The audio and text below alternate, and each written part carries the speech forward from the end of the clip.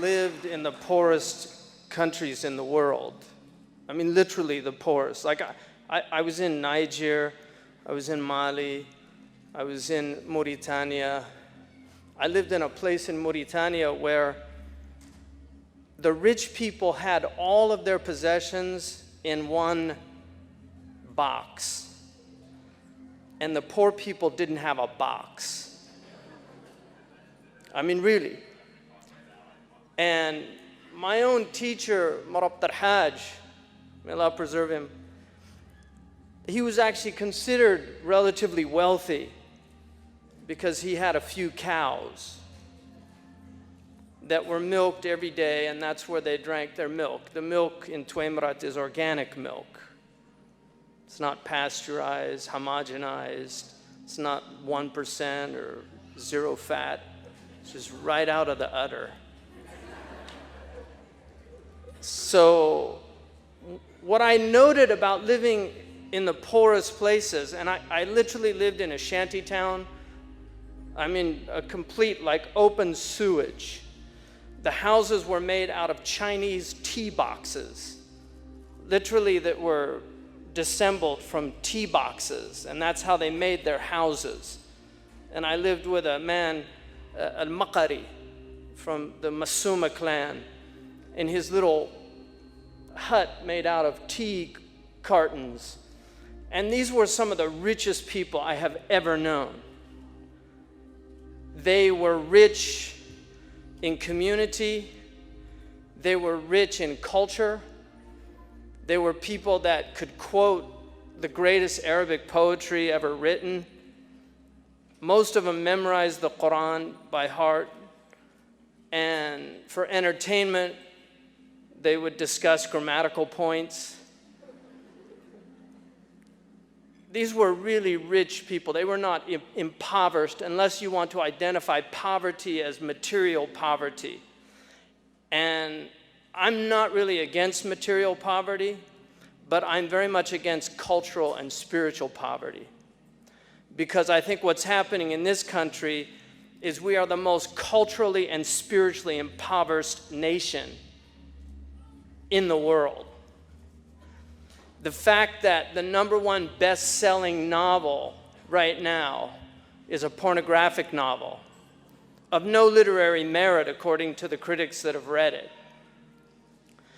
But this is what's happening in America. Every airport I've been to has a whole row of these novels just lined up for people just to devour them off the shelves. That is poverty. It's poverty not to have, if you're from this culture, it's poverty not to have ever read Melville, so that when somebody like Chris Hedges can tell you about the Pequod or Ahab's quest, you don't have any cultural references to know what that means, despite the fact that even the poorest Americans 100 years ago had very often read that book. Because literature is not the property of the wealthy. Historically, literature has actually been the property of the most impoverished people. Some of the greatest writers were impoverished people. Read the life of Edgar Allan Poe, somebody constantly in debt, a drug addict, dealing with the despair of living in the United States at that time, and a lot of his literature is about that, those aspects. Dostoevsky. Read about their lives, and yet they produced this great body of literature because they were not culturally impoverished. They may have been materially impoverished, but they were not culturally impoverished. One of the most celebrated authors, one of the most celebrated artists in Western tradition is Van Gogh, and he was a completely impoverished person, supported by his brother, never sold a painting during his own lifetime. Another very tortured person, but somebody who had a richness of vision that people are still entranced by his paintings.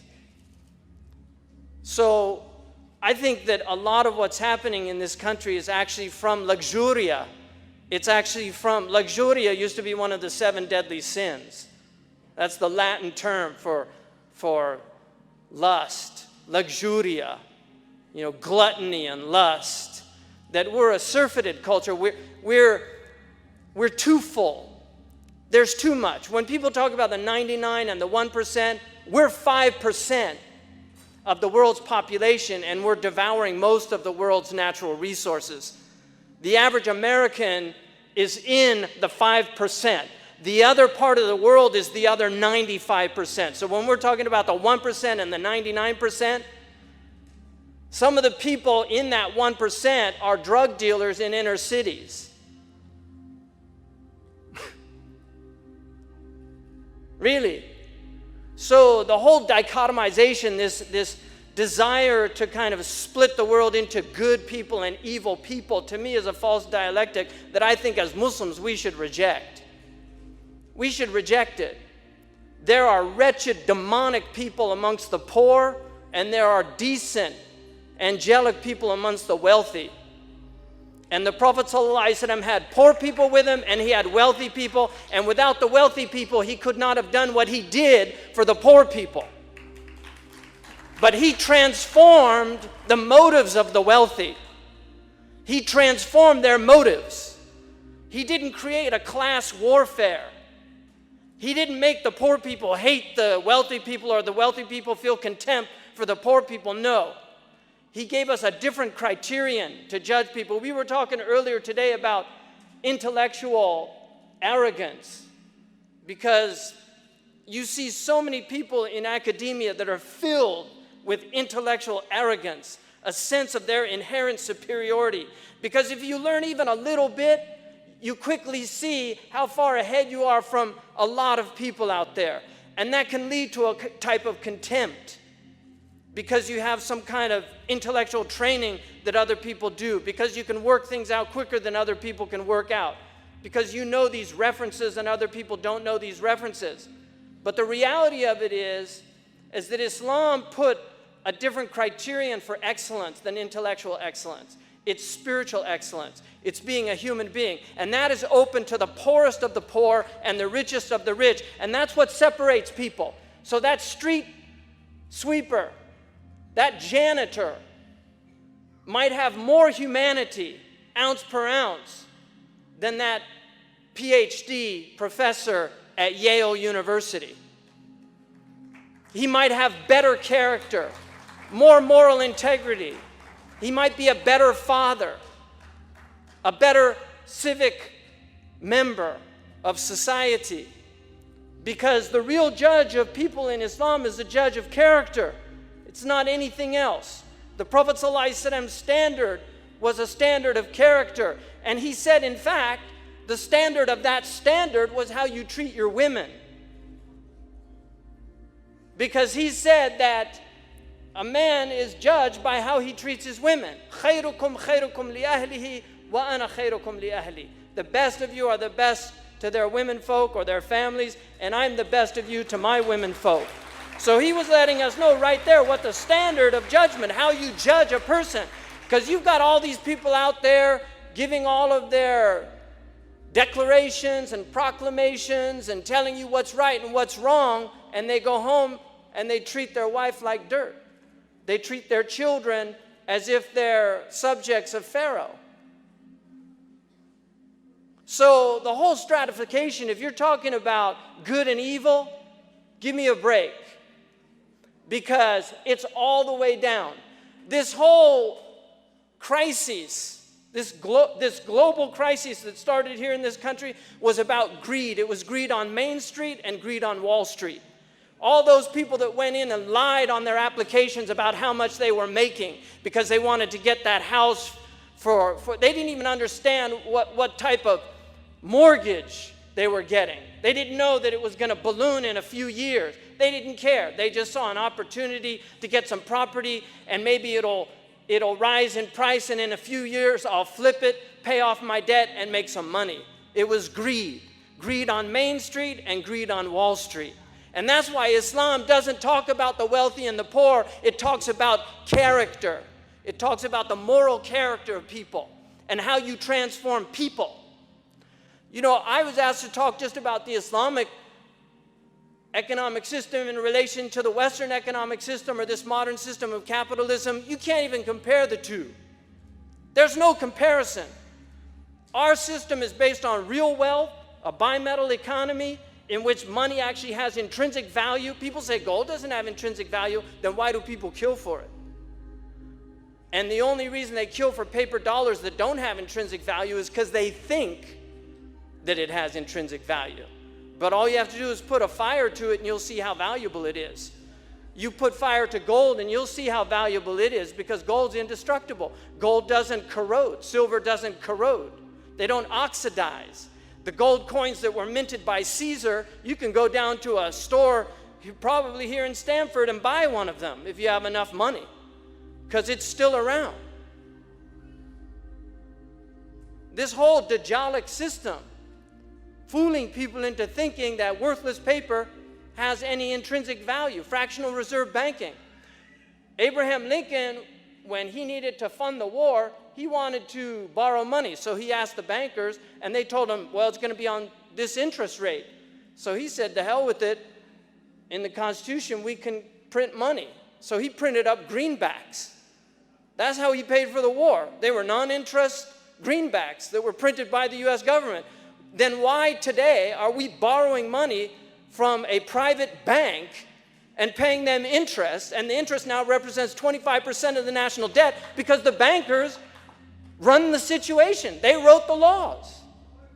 They wrote the laws.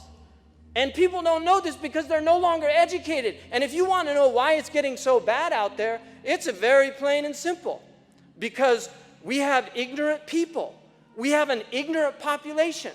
And when you have ignorant populations, then you need more and more draconian measures for social control. And this is the history of the world. You just read about it in your history books, and you'll see the same tactics are used to control ignorant people. Educated people are the dangerous ones. It's not ignorant people. You can control ignorant people. Seriously, they're not hard to control. Bread and circus is one way. That's the old-fashioned way. Now it's MTV and McDonald's. That's just a modern version of pan et circus. That's what the Romans used. But it's the same game. You look at what they're devouring on their, look at the cultural impoverishment of this society. You know, people aren't hungry in this society. They're starving to death. They're starving to death. And they're starving to death even though they're overeating. The reason that they have to eat more and more is because there's no nutrients in the food. So you're wondering why they're all getting bigger and bigger out there? Because the more they eat, the hungrier they feel. They're not satiated. All you have to do, come to California and we'll give them a real meal, like brown rice and tofu, and they won't be hungry. If you eat a real meal, you go and eat, the Indians eat dal. You don't see fat Indians down in those villages. Because they eat dal, they eat real food. They're eating real bread that they cook with their own hands, chapatis. They're eating chapatis and they're eating dal.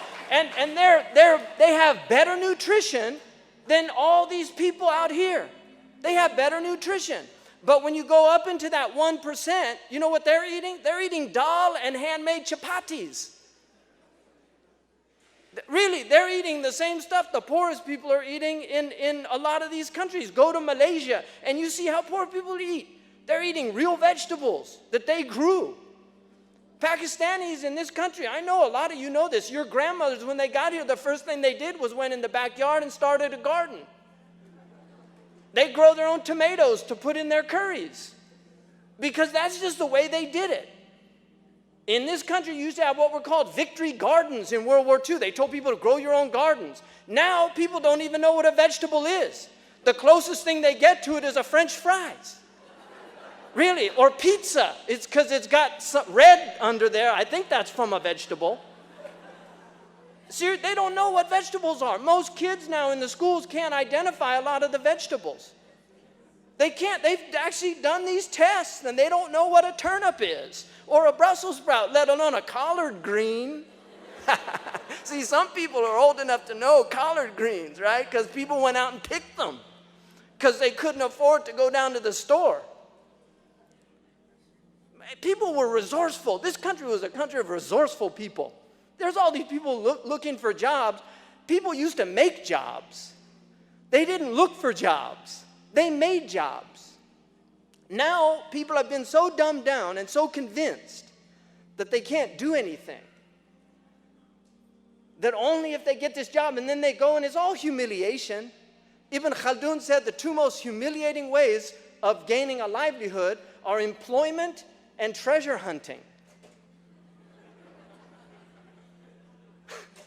That's what he said, Ibn Khaldun. Employment and treasure hunting. In this country, employment was only just to learn how to do something. You became like a journeyman carpenter, and then when you finished the 7 years, you were free to open your own business. That's the way it worked. You started a store, you worked in a store to see how it ran, and then you went and opened your own shop. That's what people did.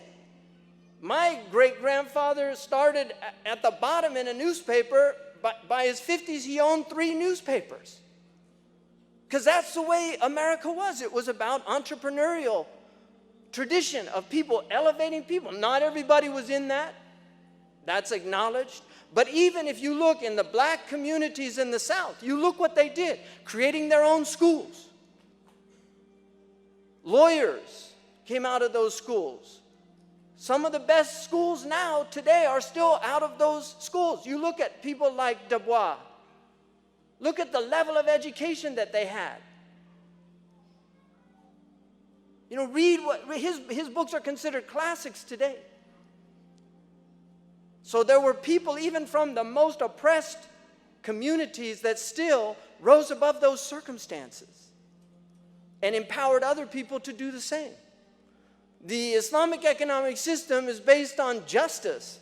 Now, justice, even if you read Aristotle 2,500 years ago almost, if you read his book, he has a book number 5 in his ethics book on justice. And he talks about rectificatory justice and distributive justice.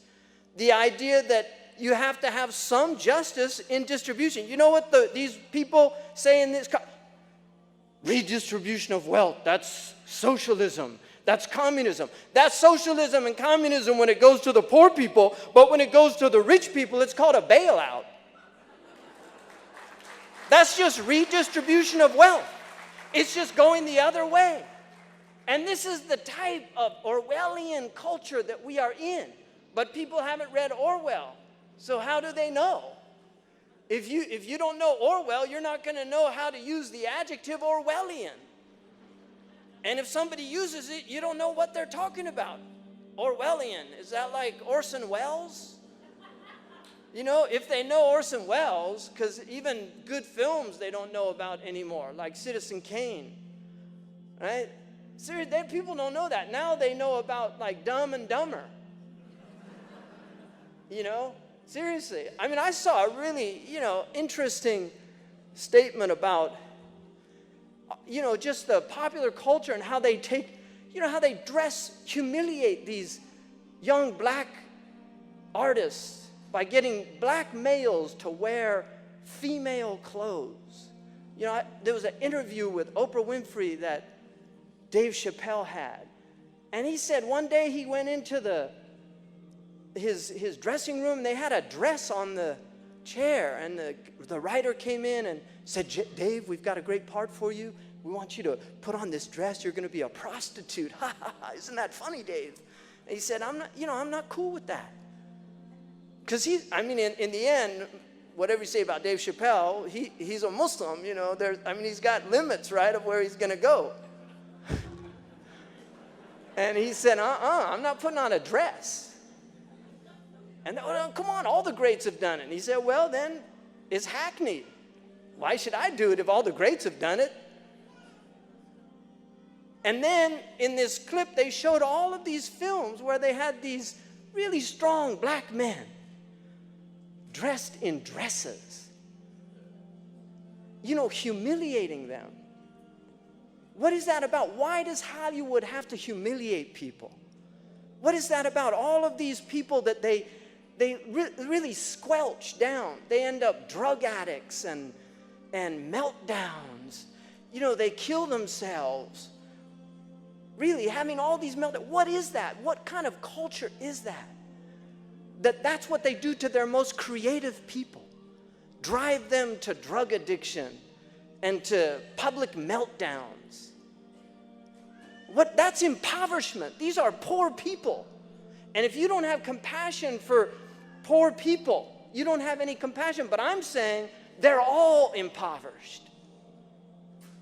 Really, the richest people to the poorest of the poor, they are impoverished because they're culturally and spiritually impoverished.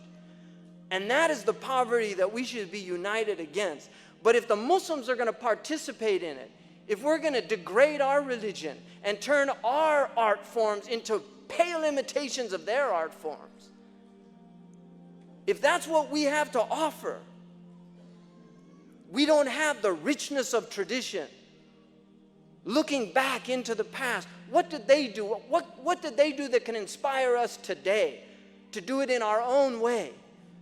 But we're people of legacy. We believe in legacy. We believe in things handed down. And you hand down things of worth. You don't hand down junk. The Prophet ﷺ, one of the things about him that amazes me, and everything about him amazes me, but one of the things that I've contemplated is the fact that he named his personal belongings. And what I realized about that in my estimation, wallahu ta'ala a'lam, is that he was honoring goods that enhance our lives. He had a name for his comb. He had a name for his turban. He only had a handful of things in his life. If you actually took all of the possessions that he had, they would fit into a very small box. But he named them because they were meaningful things to him. We live in a society that gives stuff no meaning.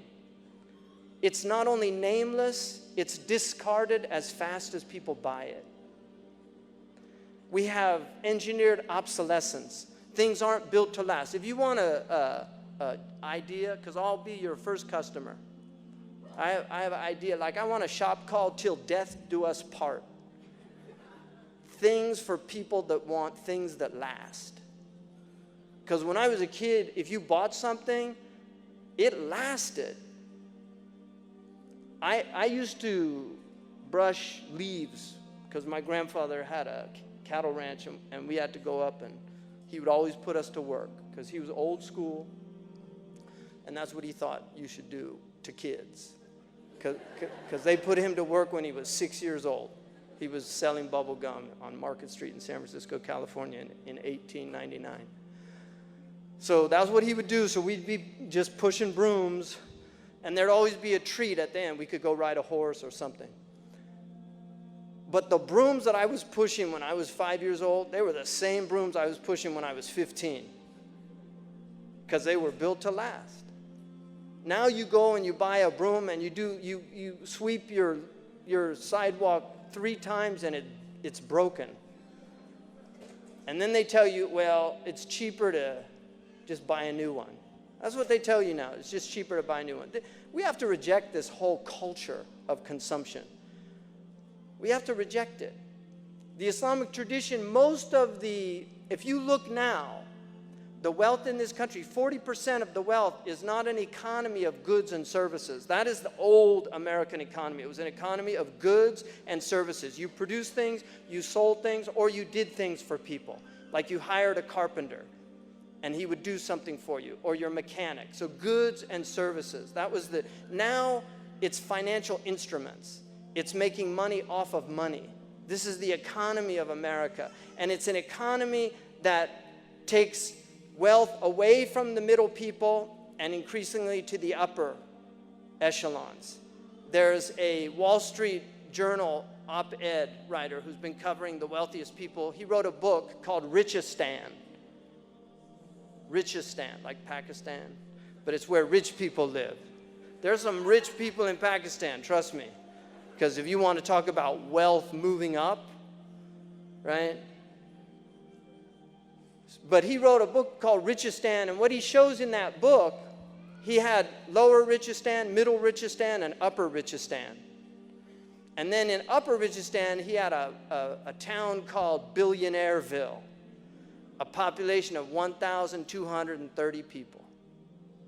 Those are the people that are billionaires. They have half of the wealth of 3 billion people on the planet. Half. 8 trillion people, $8 trillion, half of that goes to 1,230 people, and the other half goes to 3 billion people. You think about that.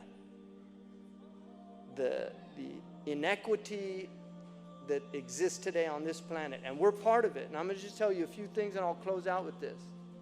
Tell you a few things.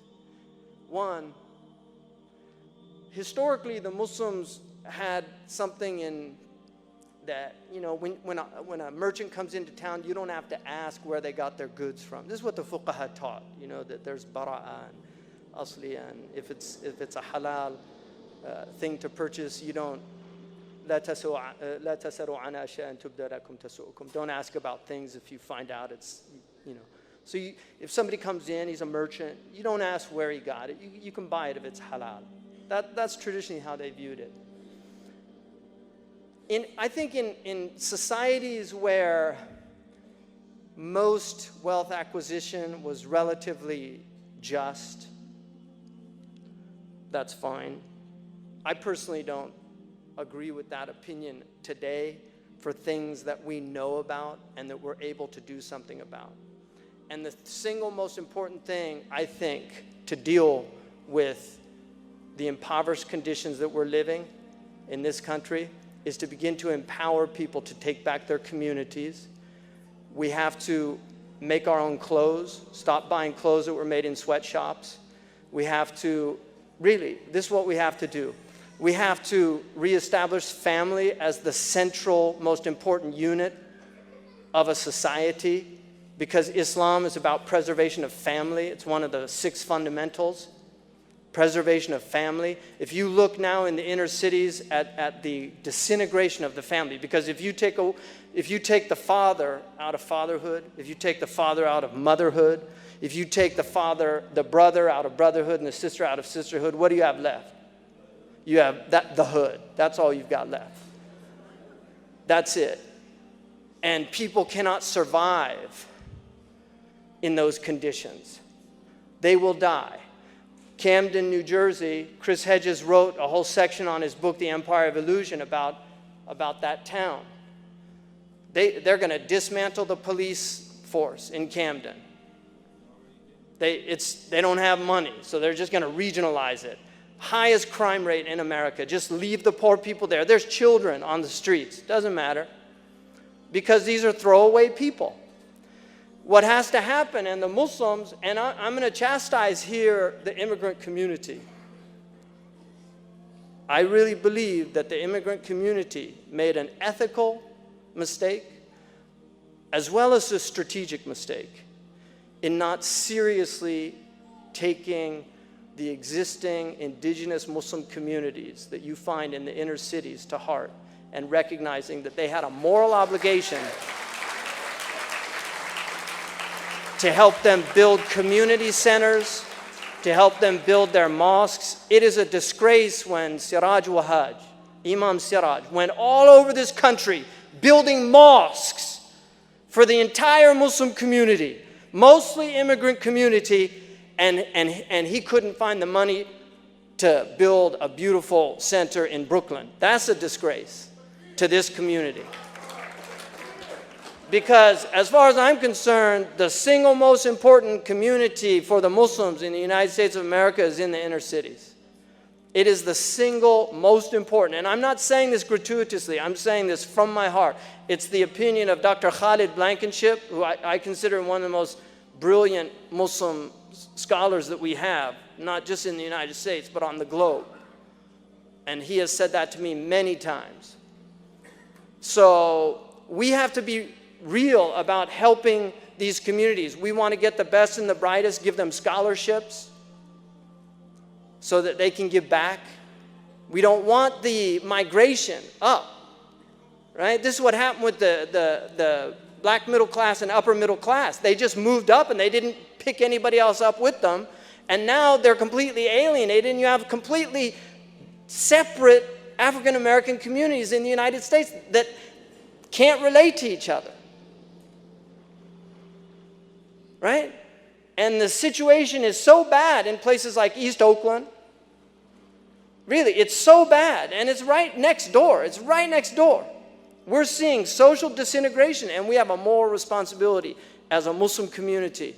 We have a moral responsibility to serve the underserved. The Prophet ﷺ promised us that you are given victory by the weakest amongst you. And he meant du'afa, he meant like poor people. That's who he was talking about. And he lived amongst them. And Allah commanded him to be patient with the poorest of people who call on their Lord in the morning and in the evening. Be patient with them. Be with them. Don't hang out with the rich people. Hang out with the poor people. That's what he told them. Allah told him to be with those people, elevate them, lift them up, bring them up.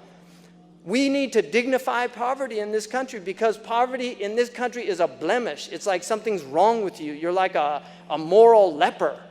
It's God's got his. This is Protestantism at its worst. This idea somehow that God's grace is when you get lots of money. Matthew 19:21, quoting Christian scripture here. Matthew 19:21, when the man comes to Jesus and Jesus says, go and sell your garment and give it to the poor, right? Go and sell your goods and give it to the poor, and you'll have a treasure in heaven. If you want to be perfect, go and sell your material possessions and then give it to the poor, and then you can get a treasure in heaven, and you follow me. The Catholics took that very seriously, and that's why in the Catholic tradition, the highest thing is to renounce wealth. That's what monks do. They have a vow of chastity, poverty, and obedience. Chastity, poverty, and obedience. All those nuns in those Catholic schools, they were all working for free. They were working for free.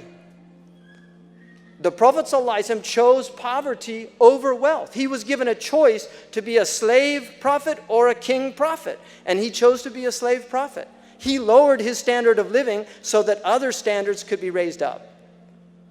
That's a challenge. That's a moral challenge for people. It's a moral challenge. Wealth is a dangerous thing. Sayyidina Umar, he said, Sayyidina Ali said, halalahu hisab wa haramahu iqab. What's halal from wealth, the permitted, is a severe reckoning, and what's haram is a chastisement. And that's why the zuhad, in all the books they say this, the people of zuhud, the people that give up wealth, a'qalu nas, they're the most rational, intelligent people. We have to lower our standards of living. Really, because we're living on a planet right now that's in peril because of all this wealth acquisition, all this greed. Because that's the fundamental problem. It's about tama'. It's just wanting more. When is enough enough? You know, if you watch any program, you watch any of these animal shows, you know those animal programs? I was once in West Africa with an Egyptian American from New York, and we were in a Jeep out in the middle of the Sahara, and he saw all of these wild animals. He said, man, this is just like the Nature Channel. I said, no. The Nature Channel is like this. Yeah, you got it wrong. Right? But if you watch those programs, when the lion gets the zebra, watch the other zebras. You watch them. Because they're all running, but right when that lion gets the zebra, they all stop and they go back to eating. Because they know, Harvey's gone. The lion got his lunch. It's over. But the lion will not eat the whole flock, because the lion has a limit, a natural limit. Aristotle said man is the only one that has no natural limits. Inna al-insana la yatgha an ra'ahu istaghna. Surely man goes to excess when he deems himself wealthy. When he deems himself wealthy. Allah is the wealthy and we are the poor. Assalamu alaikum.